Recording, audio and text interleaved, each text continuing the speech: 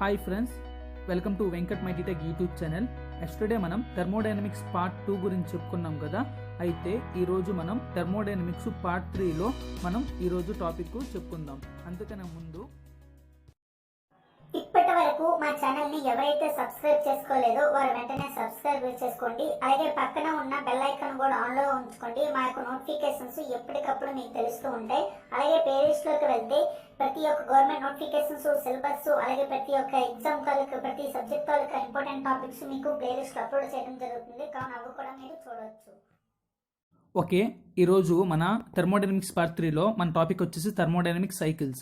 Okay, thermodynamic సైకిల్స్కి classifications చాలా ఉన్నాయి ఫ్రెండ్స్. అయితే ముందు క్లాసిఫికేషన్లోకి వెళ్ళే ముందు మనం థర్మోడైనమిక్ సైకిల్స్ అంటే ఏంటో తెలుసుకుందాం. అంటే థర్మోడైనమిక్ సైకిల్ అంటే ఏమీ లేదు ఫ్రెండ్స్, ఏదైనా ఒక ప్రాసెస్ జరుగుతుంటుంది కదా. అంటే ఇప్పుడు సపోజ్ మీకు ఎగ్జాంపుల్గా మీరు హోమ్ దగ్గర ఉన్నారు ఫ్రెండ్స్, మీరు ఇంటికాడ నుంచి సపోజ్ మీరు కాలేజ్కి వెళ్ళారు అనుకుందాం. సో ఇక్కడ నుంచి వెళ్ళే ప్రాసెస్ ఉంటుంది కదా. సో ఇక్కడ నుంచి వెళ్ళారు కాలేజ్కి, సో మళ్ళీ కాలేజ్ నుంచి మళ్ళీ హోమ్కి వెళ్ళారు. సో ఇదంతా ఒక సైక్లిక్ ప్రాసెస్లో జరిగింది కదా. సో ఇలాగే థర్మోడైనమిక్ ప్రాసెస్ కూడా ఒక సైక్లిక్ ప్రాసెస్లో అనేది మనకు జరుగుతూ ఉంటుంది అనమాట. ఆ ప్రాసెస్నే మనం ఇప్పుడు మాట్లాడుకుందాం. అంటే కొన్ని వేరియబుల్స్, అంటే వేరియబుల్స్ చేంజ్ అవ్వడం, కొన్ని వేరియబుల్స్ చేంజ్ అవ్వకపోవడం అలాంటివి ఉంటాయి. సో ఈ సైకిల్స్లో మనకి 2 టైప్స్ అనేవి ఉంటాయి, reversible process and irreversible process అని. ఇక్కడ మీరు కాన్సెప్ట్ చూసుకుంటే properties depend only on thermodynamic state and thus do not change over a cycle. అంటే ప్రాపర్టీస్ అనేవి థర్మోడైనమిక్ స్టేట్ మీద డిపెండ్ అయి ఉంటాయి. So does not change over a cycle అంటే సైక్లిక్ ప్రాసెస్ మీద డిపెండ్ అయి ఉండవు అని చెప్పి ఇక్కడ మనకుంది. అంటే ఇప్పుడు సపోజ్ టెంపరేచర్ అనేది ఉంది, చూసుకోవచ్చు. టెంపరేచర్ అనేది మనకు ప్రాసెస్ వెళ్తున్నప్పుడు దాని యొక్క ప్రాపర్టీ అంటే దాని యొక్క థర్మోడైనమిక్ స్టేట్ అనమాట. ఇప్పుడు సపోజ్ ఇక్కడ ఉంది, ఇక్కడ నుంచి పర్టికులర్ దూరంలోని మనకు పైప్లో నుంచి ఒక స్టీమ్ అనేది వెళ్తుంది అనమాట.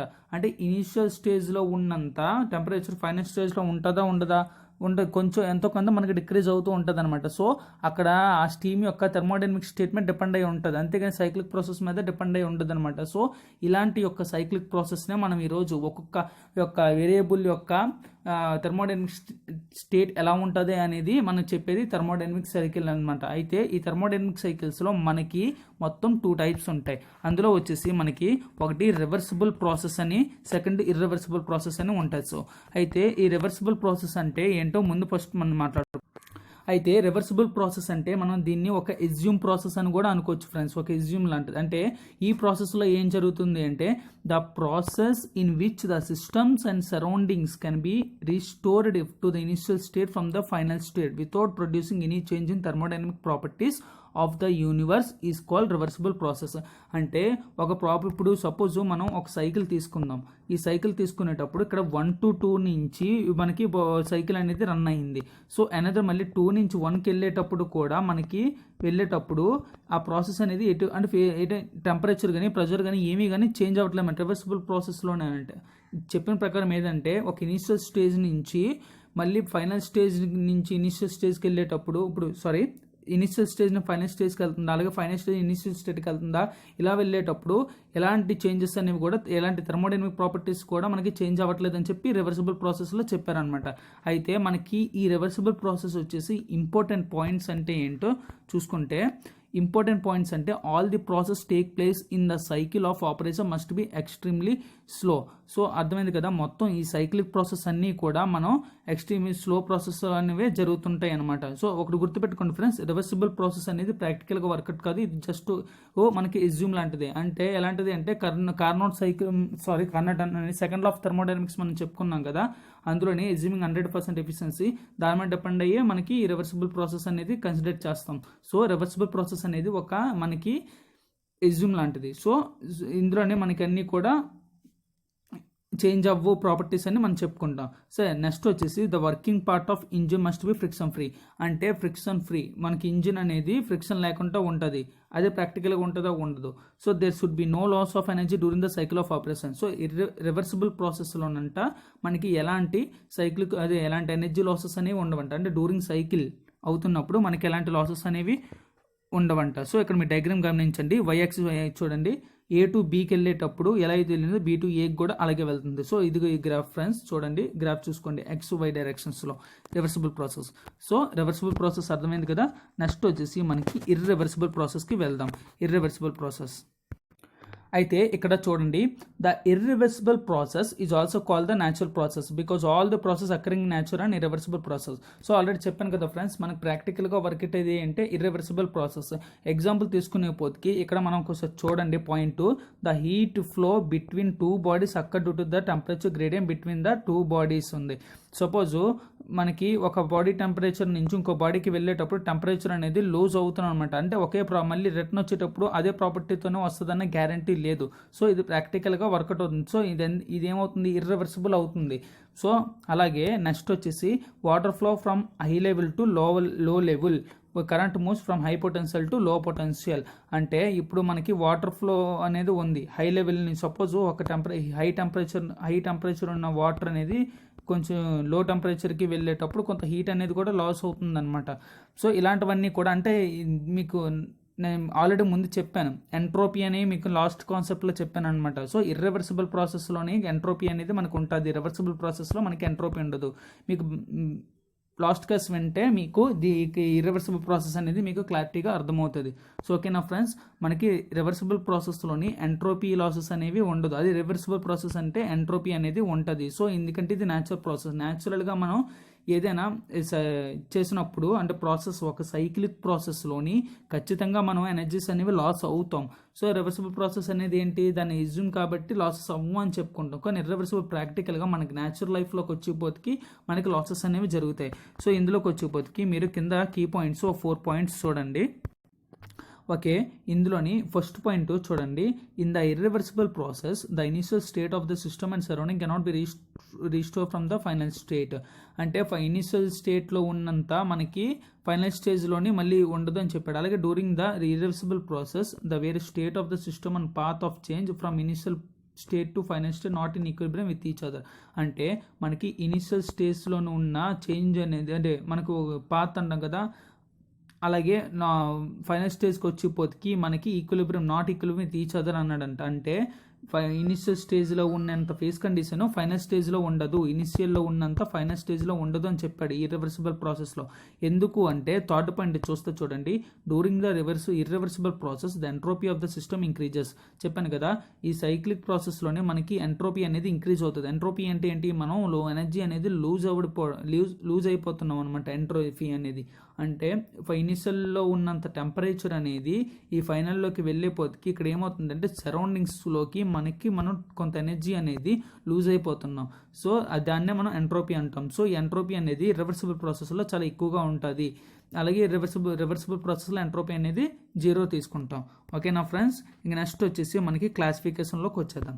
ఓకే, క్లాసిఫికేషన్స్ ఆఫ్ సైకిల్స్ వచ్చేపోతే ఈరోజు మనం మొత్తం 7 టైప్స్ ఆఫ్ సైకిల్స్ మాట్లాడుకుందాం. అంటే థర్మోడైనమిక్స్ సంబంధించి ఈరోజు అయితే ఫస్ట్ వచ్చేసి Carnot cycle, Stirling cycle, Ericsson cycle, Joule cycle, Otto cycle, diesel cycle and dual combustion cycle. అంటే మనకి ఇంకా నెక్స్ట్ కూడా సైకిల్స్ ఉన్నాయి ఫ్రెండ్స్. అంటే ఇదంటే ర్యాంకిన్ సైకిల్ అని ఉంది, మళ్ళీ గ్యాస్ టర్బైన్ సైకిల్స్ అవన్నీ ఉన్నాయి, తర్వాత క్లాస్లో చెప్పుకుందాం. అలాగే ర్యాంకిన్ సైకిల్ అనేది కూడా మనం రిఫ్రిజిరేషన్ చెప్పుకుందాం. నెక్స్ట్ వచ్చేసి గ్యాస్ టర్బైన్ సైకిల్ తర్వాత క్లాస్లో మనం చెప్తాను. సో ఇప్పుడు ఫస్ట్ మనకి ఏంటంటే ఈ 7 సైకిల్స్ కోసం మనం ఇప్పుడు మాట్లాడుకుందాం.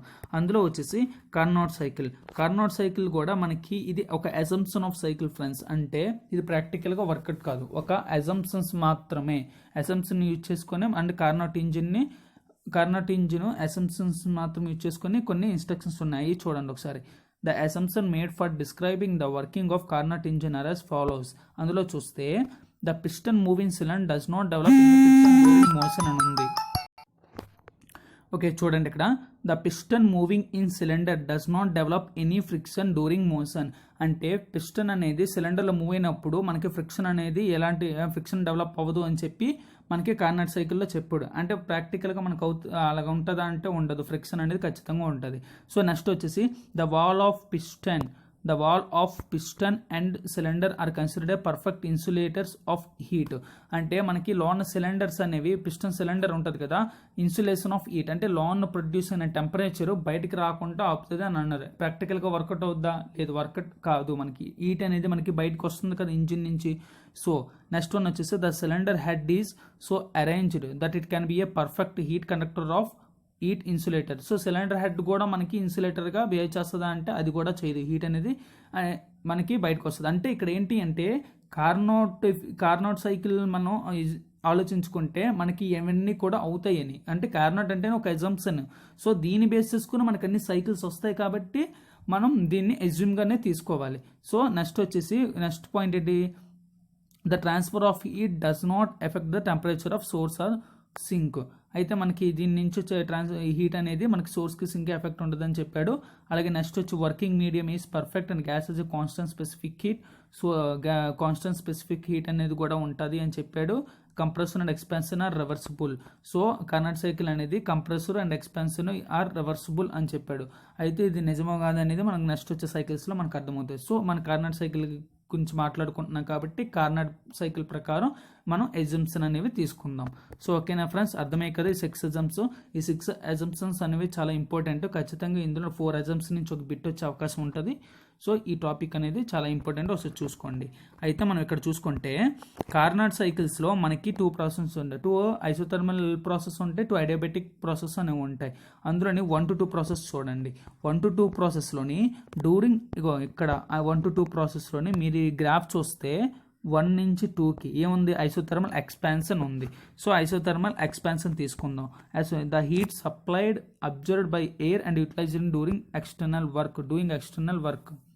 ఓకేనా, మన కొంత ఎక్స్టర్నల్ వర్క్ వల్ల బయట నుంచి ఉన్న అట్మాస్ఫియర్ వైరని అబ్జర్వ్ చేసుకుంటూ isothermal expansion. So heat supplied, అక్కడ work done by air during isothermal expansion. మనం ఏం చేస్తున్నాం, అక్కడ హీట్ సప్లై చేస్తున్నాం.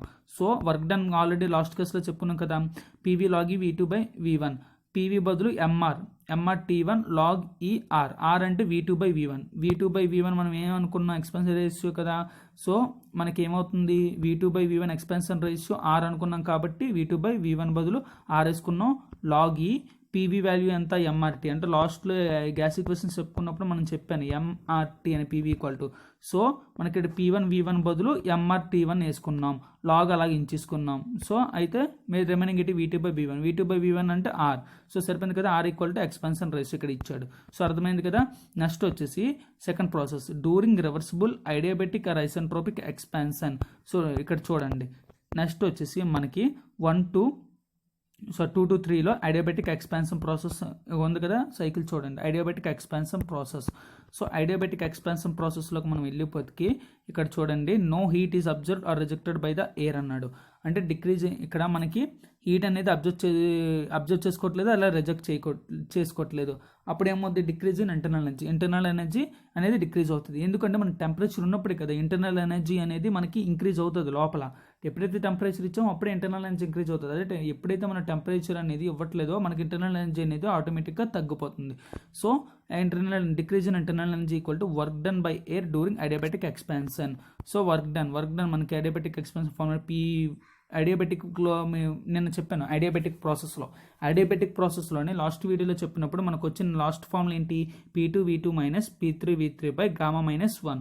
సో మనకి P2V2 P3V3 MRT దాన్ని P1 చెప్పాను కదా, PV ఈక్వల్ టు MR2 అని. సో అందులో కన్సిడర్ చేసుకొని మనం MR కామన్ తీసుకుంటే మనకు వచ్చే value T1 minus T2 MR T1 minus T2 by gamma -1. So next day video చూస్తే మీకు ఈ డెరివేషన్ అనేది అర్థమవుతుంది. సో ఓకేనా friends. Next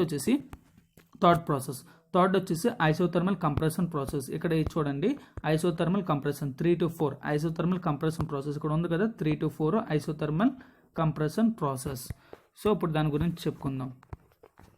during isothermal compression the heat is rejected and is equal to work done on the air అనమాట. అంటే ఇక్కడ ఏమవుతుంది, మళ్ళీ హీట్ అనేది రిజెక్ట్ అవుతుంది డ్యూరింగ్ ఐసోథర్మల్ కంప్రెషన్ వల్ల మనకి హీట్ అనేది రిజెక్ట్ అవుతుంది. సో P3 కదా, 3 4 కాబట్టి మనం ఇక్కడ P3V3 లాగ్ V3/V4 అంటే ఇక్కడ వర్క్ డన్ అవుతుంది కాబట్టి మళ్ళీ మనకి V3 వాల్యూమ్ అనేది చేంజ్ అవుతుంది. మనకి చెప్పాను కదా, వాల్యూమ్ ఎక్కడైతే వర్క్ డన్ ఉంటుందో అక్కడ వాల్యూమ్ అనేది చేంజ్ అవుతుంది, వర్క్ డన్ ఉంటుందో అక్కడ వాల్యూమ్ చేంజ్ అవ్వాలన్నట్టు. సో ఇక్కడ మనకి వర్క్ డన్ జరుగుతుంది. సో మనం ఇక్కడ ఏం తీసుకుంటామంటే మనకు PVV3 log V3/V4 work done జరిగింది కాబట్టి ఫార్ములా ఇది వస్తుంది. సో P3V3 బదులు MRT2 లాగ్ V3/V4 అంటే కంప్రెషన్ రేషియో R. ఓకేనా ఫ్రెండ్స్, అర్థమైంది కదా. అయితే next during reversible adiabatic or isentropic compression no heat is absorbed rejected by the air. So మళ్ళీ కూడా అడియాబెటిక్ అంటే ఏంటి, మనకి హీట్ అనేది అసలు ఉండదు. సో మనకి హీట్ అనేది రిజెక్ట్ అవ్వదు, అలాగే అబ్జర్వ్ కూడా ఉండదు అడియాబెటిక్ అంటేనే. ఆల్రెడీ నేను చెప్పాను అడియాబెటిక్ ప్రాసెస్లోని. సో మనం ఇది చూసుకుంటే increase in internal energy, compression కాబట్టి మనకి ఏమవుతుంది అంటే ఇక్కడ కంప్రెస్ అవుతుంది. సో కంప్రెస్ అవుతున్నప్పుడు ఆటోమేటిక్గా internal energy some pressure create అయ్యి అక్కడ ఇంటర్నల్ ఎనర్జీ అనేది ఫామ్ అవుతుంది. సో ఇంటర్నల్ ఎనర్జీ అనేది మనకి ఇక్కడ ఇంక్రీజ్ అవుతుంది. So work done on the air during adiabatic compression. So అప్పుడు మళ్ళీ ఏమవుతుంది, ఇక్కడ ఏ ప్రాసెస్ జరుగుతుంది, 1 to 4 to 1 ప్రాసెస్ జరుగుతుంది కాబట్టి P1 V1 minus P4 V4 by gamma minus 1 adiabatic formula. So దాన్ని ఇక్కడ మనం గాడియల్ గ్యాస్ ఈక్వేషన్లో మార్చుకుంటే MrT1 minus MrT2 by gamma minus 1. మనకు MR కామన్ తీస్తే T1 minus T2 by gamma minus 1. So టోటల్గా ఈ వర్క్ డన్ అనేది మనం ఫైండ్ అవుట్ చేద్దాం. వర్క్ డన్ కార్నాట్ సైకిల్ యొక్క వర్క్ డన్ ఏంటి, heat supplied minus heat rejected. So మనకి హీట్ సప్లైడ్ ఫార్ములా ఏమొచ్చింది ఇక్కడ చూడండి. స్టార్టింగ్ హీట్ సప్లైడ్ ఫార్ములా ఉంది కదా, ఇది అది తీసుకొచ్చి ఇక్కడ పెడతాం అనమాట. ఇక్కడ MrT1 log ER1. అలాగే హీట్ రిజెక్టెడ్ ఫార్ములా ఉంది MrT1 minus log ER gamma minus 1. అది గామా పోతుంది కాబట్టి మనకి ఇలా ఓన్లీ పైదే తీసుకున్నాం. అయితే ఈ రెండిట్లోని MR log ER కామన్ తీసాం, అది MR కామన్ తీసాము. అలాగే log ER రెండిట్లోని చూడండి, ఇక్కడ MR కామన్ తీసాము, log ER కామన్ తీసాము. రిమైనింగ్ ఏముంది, T1 T2 ఉంది. సో సరిపోయింది కదా. MR log E కామన్ తీస్తే T1 మైనస్ T2 అనేది మనకు ఉంది. సో వర్క్ డన్ ఫార్ములా వచ్చింది. సో ఎఫిషియన్సీ ఫార్ములా ఏంటి, efficiency equal to work done by heat supplied. Work done మనకి ఇక్కడ ఏమొచ్చింది, ఇవ్వండి work done. Heat supply formula already మనకి ఇక్కడ ఉంది కదా, MrT1 log 3. So MrT1 log 3 MrT1 log 3 cut అయిపోయింది. అంటే కట్ అయిపోతే మనకి ఏముంది, MR కట్ అయిపోయింది, log E కట్ అయిపోతే T1 minus T2 by T1 ఉంది. సో దీన్ని మనం ఎలా రాసుకోవచ్చు, 1 మైనస్ T2 బై T1 అని రాసుకోవచ్చా లేదా. ఓకేనా ఫ్రెండ్స్, అర్థమైందా ఈ ఎఫిషియన్సీ ఫార్ములా. ఇప్పుడు నెక్స్ట్ వచ్చేసి మనకి స్టిర్లింగ్ సైకిల్. చూడండి ఫ్రెండ్స్, ఫస్ట్ ఒకసారి బాగా నోట్ చేసుకోండి. ఈ డెరివేషన్ డైరెక్ట్ ఇక్కడ మీకు డైరెక్ట్గా ఉంది, మీ అందరికి అర్థం కాకపోవచ్చు ఈ వీడియో చూస్తున్నాడు. లాస్ట్ వీడియో చూస్తే ఆ డెరివేషన్స్ అనేవి ఎలా వచ్చాయి అనేది లాస్ట్ వీడియోలో నేను ఆల్రెడీ చెప్పాను, అడియాబెటిక్ అని పాలిట్రోపిక్ ఇలా ప్రతిదీ కూడా. సో లాస్ట్ వీడియో చూస్తే ఈ వీడియో చాలా ఈజీగా అర్థమవుతుంది. ఓకేనా. నెక్స్ట్ వచ్చేసి మనకి స్టిర్లింగ్ సైకిల్ కూడా same Carnot cycle compression and expansion isentropic process replaced by 2 constant volume regeneration circle అనమాట. అయితే స్టిర్లింగ్ సైకిల్లోని మనకి ఐసెంట్రోపిక్ మనం అంటే ముందు ఆల్రెడీ కార్నాట్ సైకిల్లో ఐసెంట్రోపిక్ ప్రాసెస్ మాట్లాడుకున్నాం కదా. అయితే స్టిర్లింగ్ సైకిల్లో వచ్చేప్పటికి ఐసెంట్రోపిక్స్ ప్రాసెస్లో మనకి కాన్స్టెంట్ వాల్యూమ్ ప్రాసెస్ అనేది ఉంటుంది.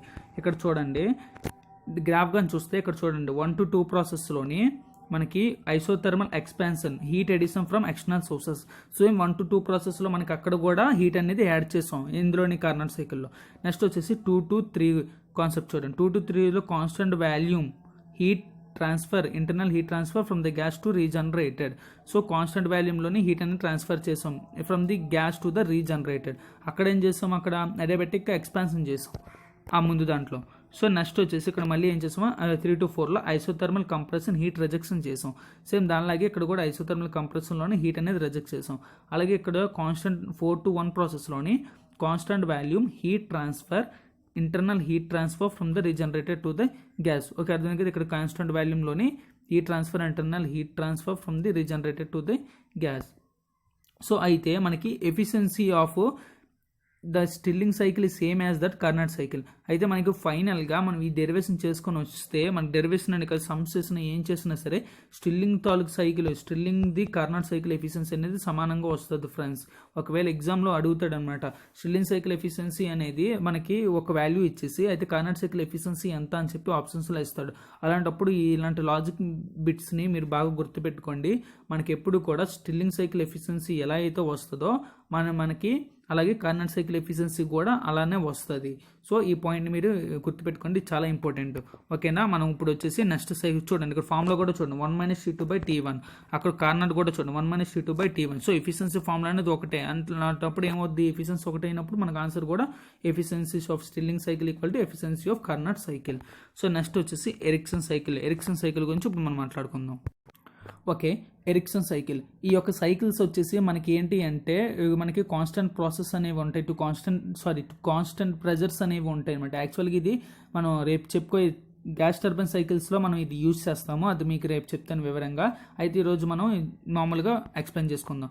అయితే efficiency of Ericsson cycle is same as that Carnot cycle. So ఇది కూడా సేమ్, ఈ ఎరిక్సన్ సైకిల్స్ కూడా మనకి ఎఫిషియన్సీ అనేది సేమ్ కార్నాట్ సైకిల్ ఎఫిషియన్సీ లాగే. అంటే మనకి ఇక్కడ చూడండి, Carnot cycle efficiency, Stirling cycle efficiency, Ericsson cycle efficiency అనేది మనకి ఒకలానే ఉంటుంది. అయితే మనకి ఇక్కడ మనం డిఫరెన్స్ ఏంటి అంటే, మనం అక్కడ చూసుకుంటే 2 to 3 ప్రాసెస్లోని, అలాగే మనకి 4 to 1 ప్రాసెస్లోని కార్నాట్ సైకిల్లో మనకి అడియాబెటిక్ ఎక్స్పాన్షన్ అడియాబెటిక్లో ఉంటుంది. అలాగే స్టిల్లింగ్లో వచ్చేపోతికి 2 to 3, 4 to 1 అనేది మనకి కాన్స్టెంట్ వాల్యూమ్ ప్రాసెస్లో ఉంటుంది. అలాగే ఇక్కడ మనకి చూసుకుంటే మనకి ఇక్కడ ఎరిక్సన్ సైకిల్ వచ్చేపోతికి 1 to 2, 3 to 4 అనేది కాన్స్టెంట్ ప్రెజర్ ప్రాసెస్లో ఉంటుంది. సో ఇది మీరు కొంచెం గుర్తుపెట్టుకోండి ఫ్రెండ్స్, ఇది కాన్స్టెంట్ ప్రెజర్. ఎరిక్సన్ అనేది కాన్స్టెంట్ ప్రెజరు, స్టిల్లింగ్ అనేది కాన్స్టెంట్ వాల్యూమ్, అలాగే మన కార్నట్ అనేది అడియాబెటిక్. సో ఈ 3 అనేది డిఫరెన్స్ అనమాట. సో మీకు సమ్ సైజ్ చేసుకున్నప్పుడు అర్థమవుతుంది. అలాగే ఎరిక్సన్ సైకిల్ కూడా రేపు గ్యాస్ టర్బైన్ సైకిల్లో మీకు చెప్తాను కాబట్టి అప్పుడు బాగా అర్థమవుతుంది. సో ఇక్కడ ఎఫిషియన్సీ ఫార్ములా చూస్తే ఎఫిషియన్సీ ఈక్వల్ టు 1 - T1/T2. ఓకేనా ఫ్రెండ్స్, లోవెస్ట్ టెంపరేచర్ బై చూడండి 1 - T1 అంటే లోవెస్ట్ టెంపరేచర్, T2 అంటే హైయెస్ట్ టెంపరేచర్. అంటే మనకు ఆ టర్బైన్ కంప్రెసర్ల దగ్గర వస్తుంది అనమాట ఈ టెంపరేచర్. అది రేపు క్లాస్లో మీకు అర్థమవుతుంది. నెక్స్ట్ వచ్చేసి జోల్ సైకిల్. జోల్ సైకిల్ అంటే మనకి యాక్చువల్గా లో టెంపరేచర్ ఆఫ్ సైకిల్ అని కూడా అనొచ్చు, లో జనరేషన్ ఆఫ్ సైకిల్ అని కూడా అనొచ్చు అనమాట. ఇది చాలా తక్కువ ఎఫిషియన్సీ అనేది ఇస్తుంది.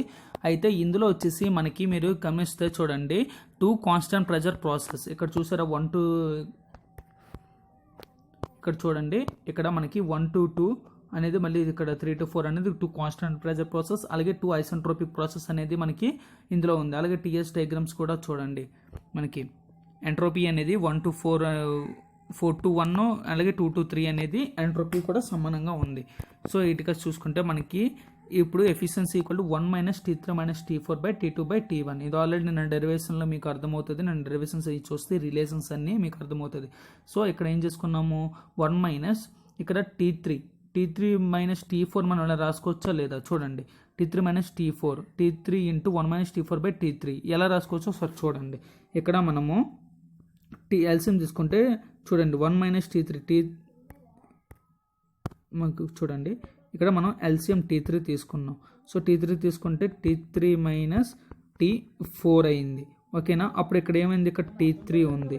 అంటే ఇక్కడ T3 క్యాన్సిల్ అయితే మనకి ఏం మిగిలింది, T3 - T4. ఆ T3 - T4 సరిపోయింది కదా. అంటే దీన్ని సాల్వ్ చేస్తే ఇది వచ్చింది ఆన్సర్. సో అలాంటప్పుడు T3 - T4 ఇలా రాసుకోవచ్చా లేదా.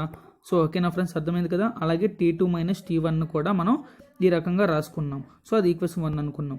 So we know that for the reversible adiabatic or isentropic expansion 2 to 3 ప్రాసెస్లో చూడండి, 2 to 3 ప్రాసెస్లోని రివర్సిబుల్ అడియాబెటిక్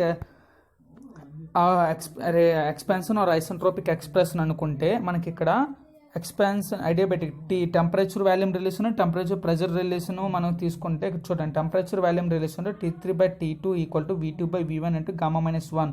అలాగే టెంపరేచర్ ప్రెజర్ రిలేషన్ తీసుకుంటే ఎలాగవుద్ది, γ-1/γ. నేను ఎస్టర్డేలో మీరు ఒకసారి చూస్తే మీకు అర్థమవుతుంది. ఎస్టర్డే వీడియో అనేది చూస్తే ఈ రిలేషన్ ఎలా వచ్చింది అనేది. సో ఇప్పుడు వచ్చిన ఈక్వేషన్ని మనం ఈక్వేషన్ 2 అనుకుందాం.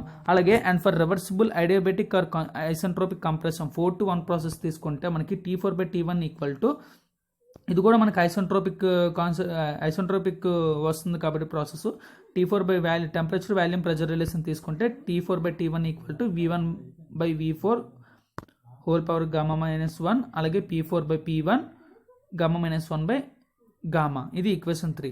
అయితే ఫైండ్ ఈక్వేషన్ 2 and 3ని మనం ఇచ్చేసుకుంటే T3/T2 = T4/T1 and T1/T2 = T4/T3. ఒకసారి ఇక్కడ చూడండి, ఇవ్వండి T2 = T3, T1 = T4. ఇక్కడ చూసారా, T1 = T4, T2 = T3. ఆ ఈక్వేషన్ ఇక్కడ వేసాం అనమాట. ఇక్కడ చూడండి T3/T2 = T4/T1, అలాగే T1/T2 = T4/T3 ఏదైనా అనుకోవచ్చు. అలాగే P1 = P2, P3 = P4. ఇది మనకి ఇక్కడ సైకిల్ చూస్తే మీకు అర్థమవుతుంది. ఇక్కడ చూడండి P1 = P2, P3 = P4. So ఈ టర్మ్స్ అన్నీ ఉన్నాయి కదా, అప్పుడు ఇవన్నీ తీసుకెళ్ళి అందులో సబ్స్టిట్యూట్ చేస్తే మనకు వచ్చిన ఫార్ములా లాస్ట్కి ఈ డిఫరెన్స్ ఇలాగ వస్తుంది. 1/R⁻γ-1. R అనేది మనకి V3/V2, V4/V1. సో ఆ V3/V2, V4/V1 ప్లేస్లో ఈ R అనేది మనం ప్లేస్ చేసాం అనుకోండి, అప్పుడు మనకు వచ్చే ఫార్ములా ఇదన్నమాట. T3/T2 = T4/T1 = 1/r gamma minus 1. So దీన్ని అలా రాసుకోవచ్చు 1/r power gamma minus 1. Now we can be written as n equal to 1 minus t3/t2 1 minus t4/t1 ఇలాగైనా రాసుకోవచ్చు, లేదా 1 minus 1/r power gamma minus 1. So ఓకేనా ఫ్రెండ్స్, అర్థమైంది కదా, ఇది జౌల్ సైకిల్ ఎఫిషియన్సీ. అండ్ మీకు ఈ రిలేషన్స్ అనేవి ఇగో చూసారు, ఈ relations temperature volume P4 relations అనేవి మీకు అర్థం కాకపోతే లాస్ట్ వీడియోలో చూస్తే మీకు అర్థమవుతుంది. ఓకేనా ఫ్రెండ్స్, లేదా మీరు ఒకసారి వీడియో పాస్ చేసుకొని డైరెక్ట్గా ఒకసారి అలా చూసినా సరే మీకు అర్థమవుతుంది. ఇక నెక్స్ట్ కాన్సెప్ట్, ఇక్కడ నోట్స్ చూడండి, ఇక్కడ కొన్ని మన కీ పాయింట్స్ ఇచ్చాడు. The efficiency of Joule cycle is lower than Carnot cycle efficiency.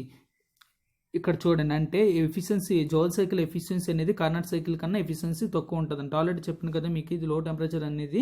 So ఎప్పుడైతే మనకి టెంపరేచర్ అనేది చాలా తక్కువగా ఉంటుందో మనకి ఆటోమేటిక్గా కార్నాట్ సైకిల్ ఎఫిషియన్సీ కన్నా జౌల్ సైకిల్ ఎఫిషియన్సీ అనేది తక్కువైంది. ఎందుకంటే the reason that all the heat is not taken into highest temperature and rejected at lower temperature. అలా చెప్పాను కదా, హీట్ అనేది మనకి హైయెస్ట్ టెంపరేచర్లో తీసుకోదు, అలాగే లోవెస్ట్ టెంపరేచర్లో రిజెక్ట్ చేయదు. దానివల్ల మనకి జౌల్ సైకిల్ అనేది మనకి కార్నాట్ సైకిల్ కన్నా ఎఫిషియన్సీ తక్కువగా ఉంటుంది. సో నెక్స్ట్ వచ్చేసి the cycle is not thermodynamically reversible because there is no regenerator to provide constant temperature during heating and cooling at pressure. అంటే మనకి రీజనరేటర్ చేయడానికి కూడా ఇది మనకి రివర్సిబుల్ కాదు కాబట్టి రీజనరేట్ అవ్వదు. ఎప్పుడైతే రీజనరేట్ అవ్వలేదో ఆటోమేటిక్ ఎఫిషియన్సీ అనేది తగ్గిపోద్ది. ఓకేనా. నెక్స్ట్ వచ్చేసి the reversed Joule cycle is also known Bell Coleman cycle and is applied to refrigerator where the user as refrigerant. ఇది గుర్తుంచుకోండి ఫ్రెండ్స్, రివర్స్డ్ జౌల్ సైకిల్ యాక్చువల్గా జౌల్ సైకిల్ అనేది మనకి ఇది వచ్చింది, అదే రివర్స్డ్ జౌల్ సైకిల్ అనేది యూజ్ చేసుకుంటే మనకి అప్పుడు దాన్ని బెల్ కోలమ్ సైకిల్ అంటాం. ఈ బెల్ కోలమ్ సైకిల్ మనం ఎక్కడంటే రిఫ్రిజిరేషన్లో యూజ్ చేస్తాం. ఓకేనా ఫ్రెండ్స్, అంటే ఇక్కడ ఏంటి లో టు హై టెంపరేచర్ని ప్రొడ్యూస్ చేస్తుంది, అక్కడ హై టు లో టెంపరేచర్ అనేది కన్వర్ట్ చేస్తూ ఉంటుంది అనమాట. మీకు రిఫ్రిజరేషన్ కాన్సెప్ట్లో మీకు అర్థమవుతుంది. ఓకేనా, ఈ 3 పాయింట్స్ బాగా గుర్తుపెట్టుకోండి. ఓకే, నెక్స్ట్ కాన్సెప్ట్లోకి వెళ్ళిపోతుంది. నెక్స్ట్ వచ్చేసి ఆటో సైకిల్. ఆటో సైకిల్ వచ్చేసి మీకు అందరికీ తెలిసిందే, పెట్రోల్కి సంబంధించింది. ఇప్పుడు ఈ సైకిల్ కోసం మాట్లాడుకుందాం. ఓకే, ఆటో సైకిల్ కూడా మనం దీన్ని it is also known as constant volume cycle అని కూడా అంటాం ఫ్రెండ్స్. చూడండి, కాన్స్టెంట్ వాల్యూమ్ సైకిల్ ఎందుకు అంటాం అంటే ఇక్కడ heat is received and rejected at constant volume. ఇక్కడ చూడండి, మనకి కాన్స్టెంట్ 2 to 3 ప్రాసెస్ అంటే హీట్ అనేది యాడ్ చేస్తాము, అలాగే 4 to 1 ప్రాసెస్ హీట్ రిజెక్ట్ చేస్తాము. ఈ హీట్ యాడ్ చేసేది హీట్ రిజెక్ట్ చేసేది మనకి రెండు కూడా కాన్స్టెంట్ వాల్యూమ్ ప్రాసెస్లోనే మనకు జరుగుతుంది. V1 ఈక్వల్ టు V4 అలాగే V2 equal to V3. So ఇక్కడ సైకిల్ చూస్తారు కదా, అర్థమైంది కదా. ప్రెజర్ వాల్యూమ్ సైకిల్ కానీ చూస్తే మనకి ఇక్కడ కాన్స్టెంట్ వాల్యూమ్స్ కనిపిస్తాయి.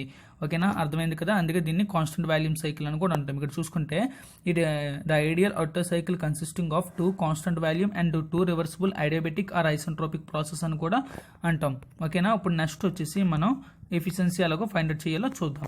The efficiency of Otto cycle is known as ideal efficiency of standard efficiency is given by, చూడండి, efficiency equal to 1 minus T2 minus T3 by T1 by T1 minus T4. ఓకేనా friends, అర్థమైంది కదా. అసలు యాక్చువల్గా direct ఫామ్లో ఎలాగేస్తున్నాము అంటే మీరు ఒకసారి పైన చూడండి.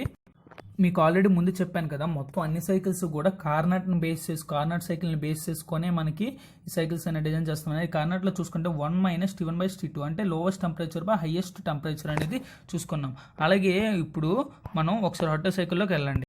మనకి 2 to 3 ప్రాసెస్లోని అనేది మనకి హీట్ అనేది ముందు యాడ్ చేస్తున్నాం అనమాట. అంటే అంతకన్నా ముందు మనకి ఏంటి lowest temperature T1 minus T4 అనేది హైయెస్ట్ టెంపరేచర్ అంటే బర్నింగ్ అవుతుంది. T1 T4 expansion process burning అయిపోయిన తర్వాత సో అదే ఇక్కడ మనం చేసుకున్నాం అనమాట. లోవెస్ట్ మైనస్ ఇక్కడ లోవెస్ట్ హైయెస్ట్ టెంపరేచర్ని బేస్ చేసుకుని T2 minus T3 by T1 by T4 అనేది వచ్చింది.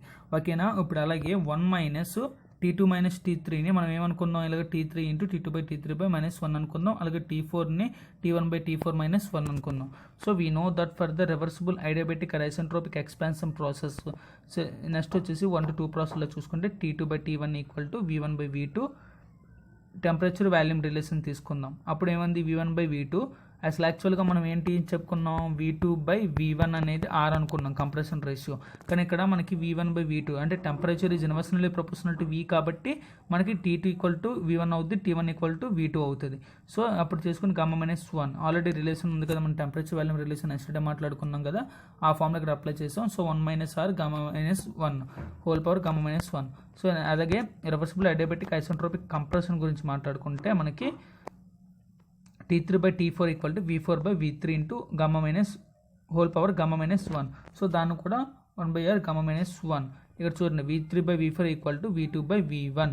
సో మనకి వాల్యూమ్ ఆల్రెడీ ఇచ్చాడు కదా, V2 equal to V3 V1/V4. ఇలాగే ఇక్కడ చూడండి ఎంట్రోపీ V3 ఇది S3 equal to S4, S1 equal to S2. So దాన్ని బట్టి చూసుకున్న ఈక్వేషన్ మేబీ రిటర్న్ యాజ్ చూసుకుంటే మనకి T3/T4 and 1 - T3/T4 equal to 1 - T2/T1 equal to 1 - 1/R power gamma -1. ఇది చూసుకోండి. జౌల్ సైకిల్ యొక్క ఎఫిషియన్సీ మళ్ళీ ఆటో సైకిల్ ఎఫిషియన్సీ ఒకేలా ఉంటుంది. అది కూడా మీరు ఒక పాయింట్ గుర్తుంచుకోండి. We see from equation for the efficiency of Otto cycle depends upon compression ratio. అర్థమైంది కదా ఫ్రెండ్స్. ఆటో సైకిల్ యొక్క ఎఫిషియన్సీ అనేది మనకు వచ్చే కంప్రెషన్ రేషియో మీద ఆధారపడి ఉంటుంది. మనకి ఎంత కంప్రెస్ అయితే అంత ఎఫిషియన్సీ అనేది వస్తుంది. సో అయితే మనకి ఇంకో కీ పాయింట్ కూడా ఉంది. కంప్రెషన్ రేట్ యాక్చువల్ ప్రాక్టీస్లో అనేది కంప్రెషన్ రేషియో అనేది మనకి 7.7 కన్నా ఎక్కువ behind the value of 7 or so, అంటే 7 మించి వెళ్ళదు అనమాట యాక్చువల్ ప్రాక్టీస్లో. యాక్చువల్గా మనకి కంప్రెషన్ రేషియో మీద ఆటో సైకిల్ ఎఫిషియన్సీ డిపెండ్ అయ్యి ఉంది. కానీ ప్రాక్టికల్గా వచ్చేపోతే మనకి ఏంటంటే ఆటో సైకిల్ అనేది కంప్రెషన్ రేషియో అనేది cannot be increase beyond the value of 7. So అయితే కంప్రెషన్ రేషియో ఫార్ములా ఏంటి? Clearance volume by total cylinder volume. Clearance volume అంటే ఏంటో తెలుసు కదా. ఇప్పుడు మనకి సపోజు ఇటు చూడండి, సిలిండర్ ఉంది అనుకుందాం.